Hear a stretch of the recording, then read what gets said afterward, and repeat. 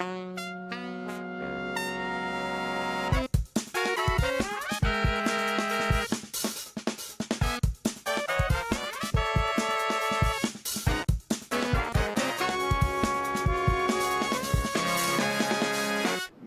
retire, Mr. Lazar.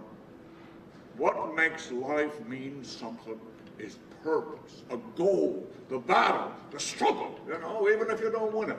When my doctor declared me unfit to give testimony in the Watergate trial, everybody thought I'd be relieved. Well, they were wrong. That was the lowest I got. This is Theater Talk. I'm Susan Haskins. Our guest is in the show of the season, conjuring up and reinterpreting Richard Nixon. Here to introduce him, my co-host, Michael Riedel of the New York Post. Susan and I are great fans of Frank Langella. He's really one of the great stage actors. Brilliant performance now as Richard Nixon in Frost Nixon on Broadway at the Jacobs Theater. Very happy that it's brought him to Theater Talk tonight. Welcome back, Frank, I think for your third appearance. Third, thank you. And congratulations on a wonderful, wonderful performance. Thank you. I also want to congratulate you because it's just been announced that you're going to be doing the movie, the Frost Nixon movie. Yeah. Now, there was a lot of talk about, other minor actors getting that part. How did you pull that one out of the hat? I just kept my head down. I think that's what really did it. I just worked. I just did the work. So, I mean, just through sheer brilliance of your performance, you swung the movie in your favor. I don't know. It's actually a very thrilling thing to happen, and it's happened to me twice. It happened with Dracula. It happened on Dracula, and it happened on this, and I think very few Broadway actors ever get to play the part in the movie, so I'm very grateful. Does that bother the Broadway actors who create these parts, though, and then suddenly, you know... No, Michael, they all think... Yes, of course, they're so happy when someone else takes it away from them, you know. This reminds me of this story. I think Joan Rivers told it, that she was sitting with Carol Channing as she saw the movie of Hello, Dolly, and that as it went on, she got more and more happy and more gracious.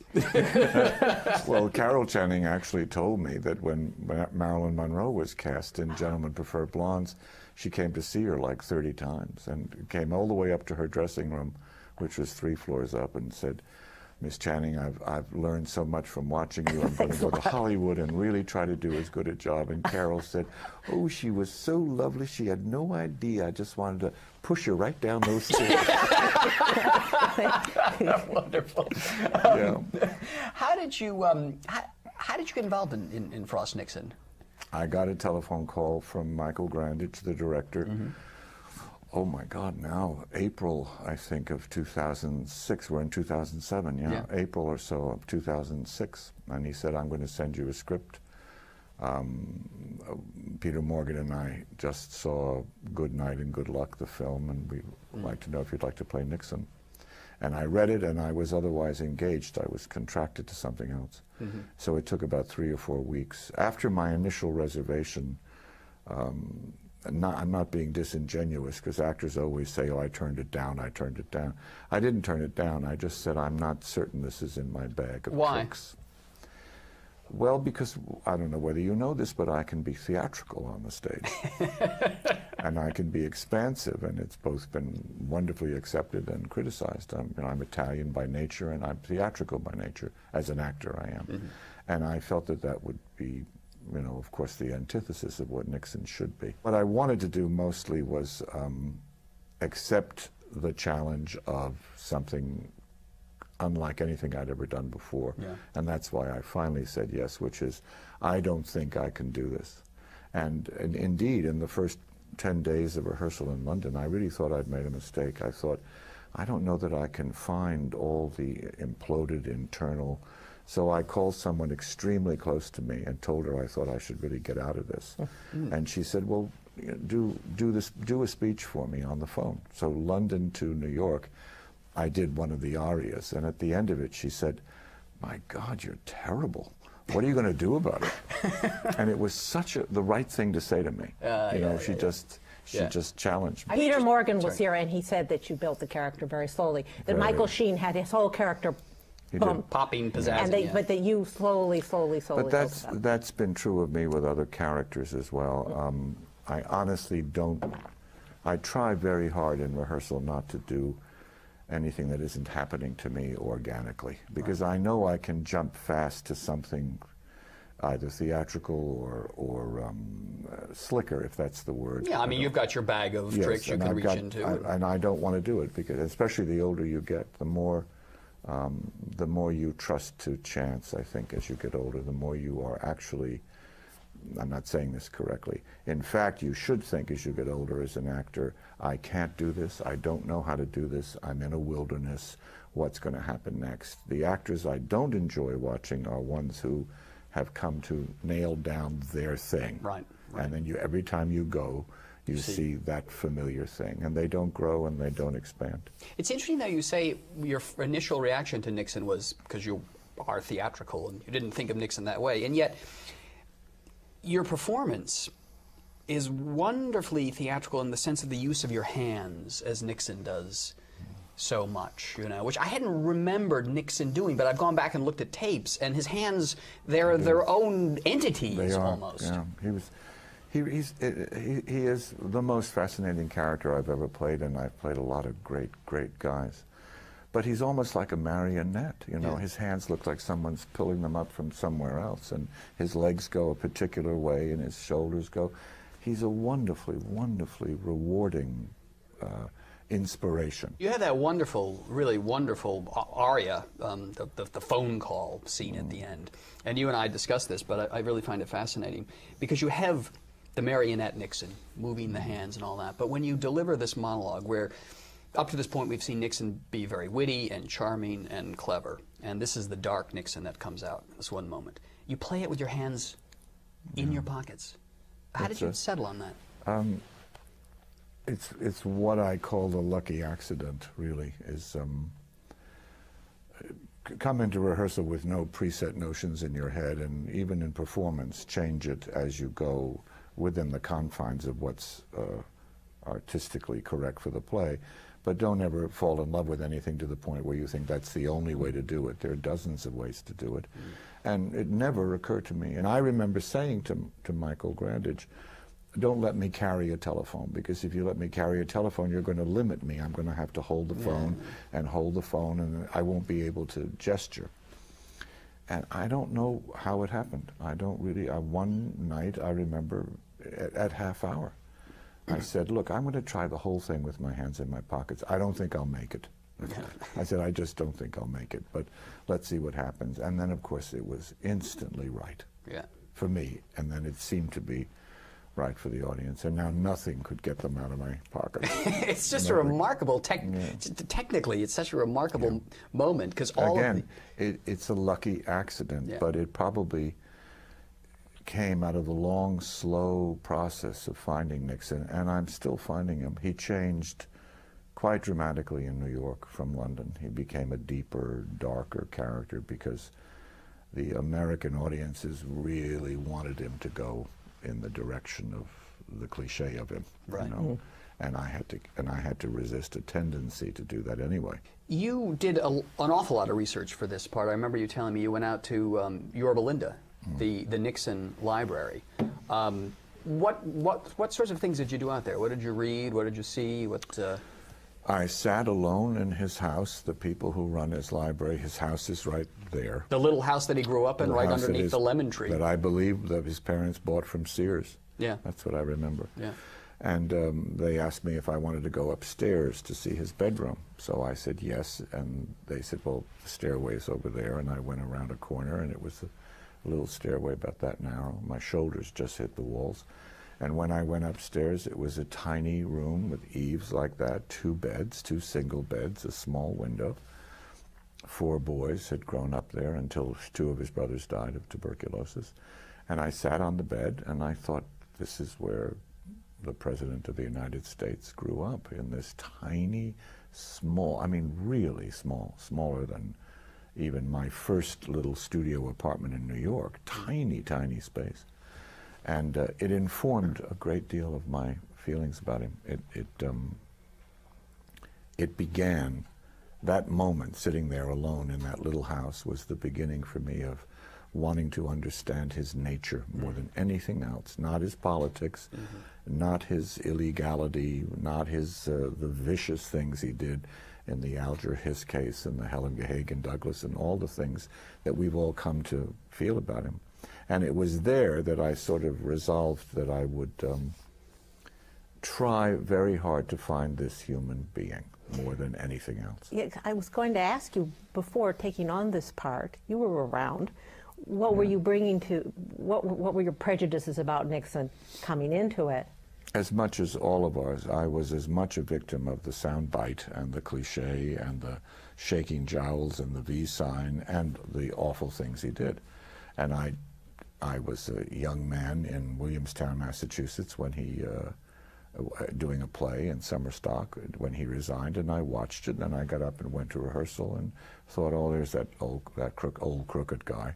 All right, and, so you thought there's that old right, crooked exactly. guy, right? And then, of course, he's taught me a great deal about judgment. He's taught me a great deal about the limitations we put on ourselves and each other. You know, someone gets to be, and it's worse now today than it was 30 years ago.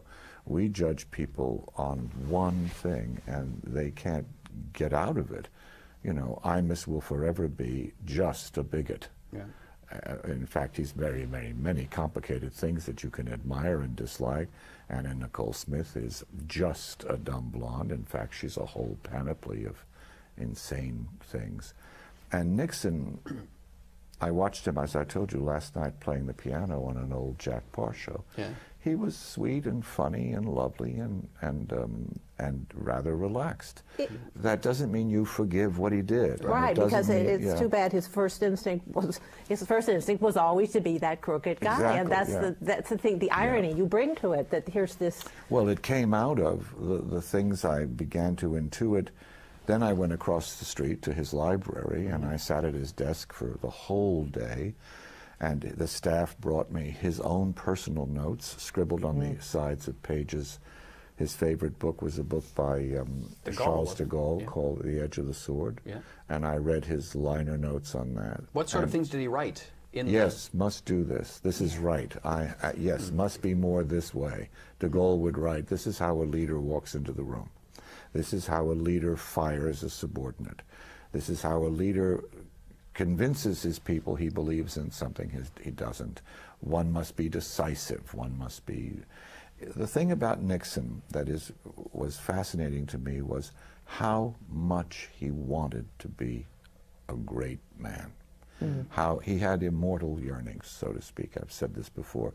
How deeply he wanted to be great. He wanted to be a great statesman. He wanted to be a great statesman. He so admired de Gaulle and all that. But when, at the drop of a hat, he's going to turn around and say, let's get those people, let's bug that place, let's get that money. I mean, you know, because he was having bagmen bringing money to him through his old administration. He didn't ever question that side of himself that was so oriented around He couldn't, as a lot of people can. You know, we all see people like this all the time.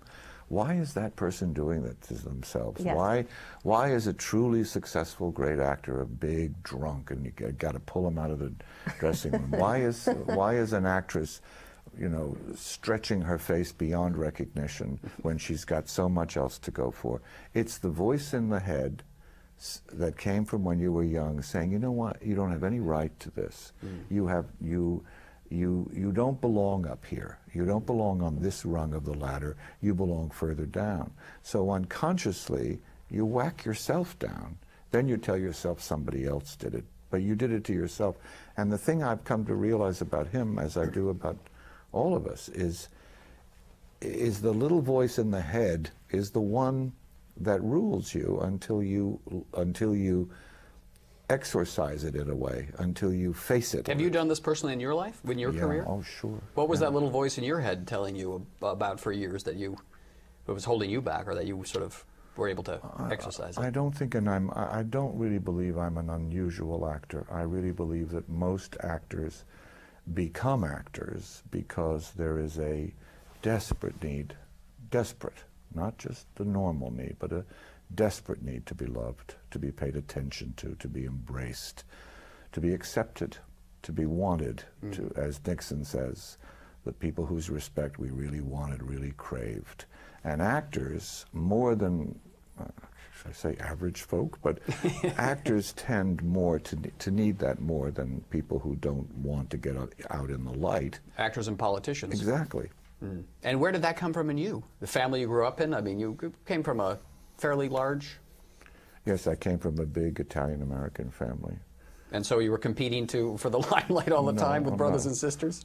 I'm not going to tell you where it came from in me because it's my secret. And every actor should have a secret. We were talking earlier to Vanessa Redgrave, actually, and who, when she did Long Day's Journey into Night, was notorious for changing it all the time and being unpredictable, which was very exciting to some of her co-stars like Brian Dennehy and Philip Seymour Hoffman, but would upset other actors. No. And do you think it's a valid criticism that she shouldn't do that? I mean, to me, that's the most exciting acting to see, like she does and you do, that there's always something creative going on. Well, look, you have colleagues, and it's a profession, and you have standards and discipline. Within that framework, within the framework of what the structure of the play is and how the director has staged it and out of the respect you have for your colleagues, you can leap as much as you want as long as you don't leap over them, past them, or on them. Although I've enjoyed leaping on. But still, most of the time, I think it's exciting to other actors. If you do it in a respectful, artful way, it's exciting. It keeps the night alive. Otherwise, why, I don't know, why go out there to repeat it? Yeah. Yes. What you should do is go out there to discover it anew every single night. Yeah. I remember when I was growing up, there was a very, very famous actor whom I admired, and I went back to see him, and he said, you know, I've got it down now where I can do my laundry list while I'm on stage. Oh, dear. Who was this? I won't say. He's a really wonderful actor. Still alive? No, he's long since died. And I was, even then, I was sort of surprised by that. I thought, well, why aren't you just enjoying what you're saying at the moment you're saying it, rather than going on automatic? And then when I left the theater and I thought back to his performance, I thought, oh, I can see that. And I think an audience sees it. Yes, I think an audience knows when you're out there for their pleasure, when you really want to be there. Every night I try so hard to do that, to be there for them, not for me, but to be the conduit for what the author wants them to feel. And then it takes away all self-consciousness too. As a young actor, you're always thinking, how am I coming off? How do I look? Is this? And then once you tell yourself, I am the playwright's vessel, you're free of nerves. It's interesting. Vanessa said, she said, I'm the violin that Joan Didion plays on and David Hare plays on. Oh, well, then I'm the cello. So what does Peter Morgan want the audience to feel about Nixon? Do they want them to feel the sympathy we feel, the sadness? Peter Morgan, I think, wants the audience to see the two men who are in the same place in life, both... The other David Frost, the British interviewer. As he says, in the dirt. In the dirt. Two men who were told they were nothing, two men who came from modest circumstances, who were unsuccessful and then successful and then found themselves on the skids, needed each other, needed a pact made in hell. Each of them using the other to climb up out of the mire of their failure, and at some point, as my character says, only one of us can win. Michael's character says that. I say it'll be the wilderness. Only one of us can be in the limelight and the other will be in the wilderness. You get the sense, I get the sense watching you play this particular version of Richard Nixon, that he has made the decision to let David Frost win.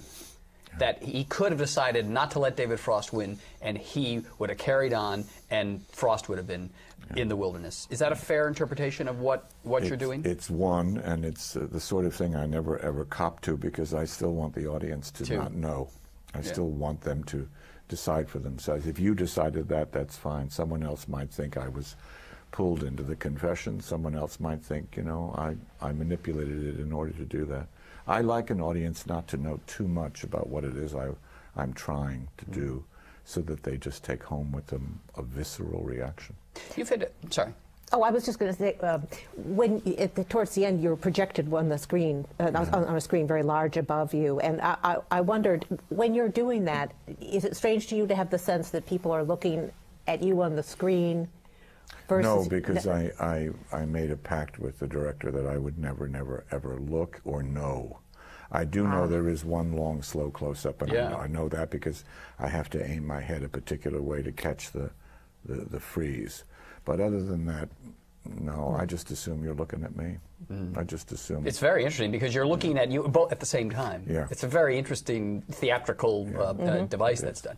You've had a great life in the theater, and I'm waiting for your memoir at some point. Now, you've told me you are sort of a secret scribbler, that you have been writing a lot of things down. You're going to do a series of essays on some of the great actors that you've known? I started my memoir. Sounds like such a grand word, doesn't it? What should I call it? My reminiscences, my biography. I started it many, many years ago. While my mind is really sharp and clear, I wanted to put down things. But I found, and again, I'm not being disingenuous, I found I became incredibly disinterested in recording. I was in this play. I did this happened, this didn't get good reviews, this did, I won something, I didn't, and then I went on to, it bored me.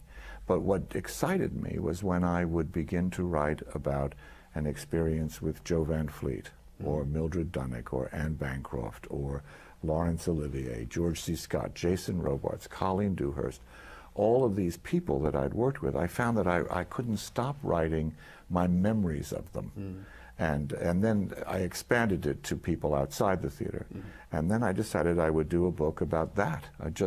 This is what it was like to be working with, in a room with, have a relationship with, have a feud with, have a love affair with, a fight with these extraordinary people that I've been lucky enough to have dealt with since I was 20 years old when I first came to New York. And then I couldn't stop writing. When I was 17, I was in a summer stock company, and there were two women in a play called Anastasia that very few people know anymore, called Lily Darvish and Dolores Del Rio. Oh, yeah. Dolores Del Rio was one of the great Mexican, beautiful actresses, and Lily was Molnar's widow and an actress in her own right. And I wrote down what it was like to be 17, sitting in a prompter's booth, watching these two great women of that time play Anastasia, and Lily saying, "You ever prompt me, I'll kill you." It then goes towards people who've passed away recently, like Arthur Miller, whom I spent a year with. Right, when you did the last... fall. Yeah. After Are you going to write about Alan Bates? Yes, I already have written about Alan. But the thing is, you have to be dead to be in this book. It's all about those people who've left us. And someone gave me a great piece of advice about writing, which is that you should always write and give the reader something that they couldn't learn from anybody else. Yeah. That if you were alone in a room with that person, only you could be telling them this, and that's what I've been trying to do. Can you give us just one little sample, maybe Arthur Miller, something about him that... Arthur and I spent dozens and dozens of evenings together working on After the Fall. My then wife would cook us a meal. After we ate, we'd go into my study, and we'd start talking about the play. And he began to, and I took notes with Arthur the minute he left. I didn't always do that, but I ran and took all notes. He told me that one night Marilyn tried to kill herself yet again, and they were in a hiding out somewhere in Brooklyn. And he literally went to the phone book and looked up a doctor's and got a doctor around the corner, called the doctor and said, "I'm Arthur Miller, Marilyn's, could you please come over, please, quickly?" And the doctor didn't believe him. He said, "Look, I'll come on the street and you'll see that it's me." He did. The doctor saved her yet again. He came out and said to Arthur, "She's going to be okay. I'll give her a sedative in a minute, something to make her sleep." And Arthur said, "Why didn't you give it to her?" And the guy said, "I want her autograph." Wow.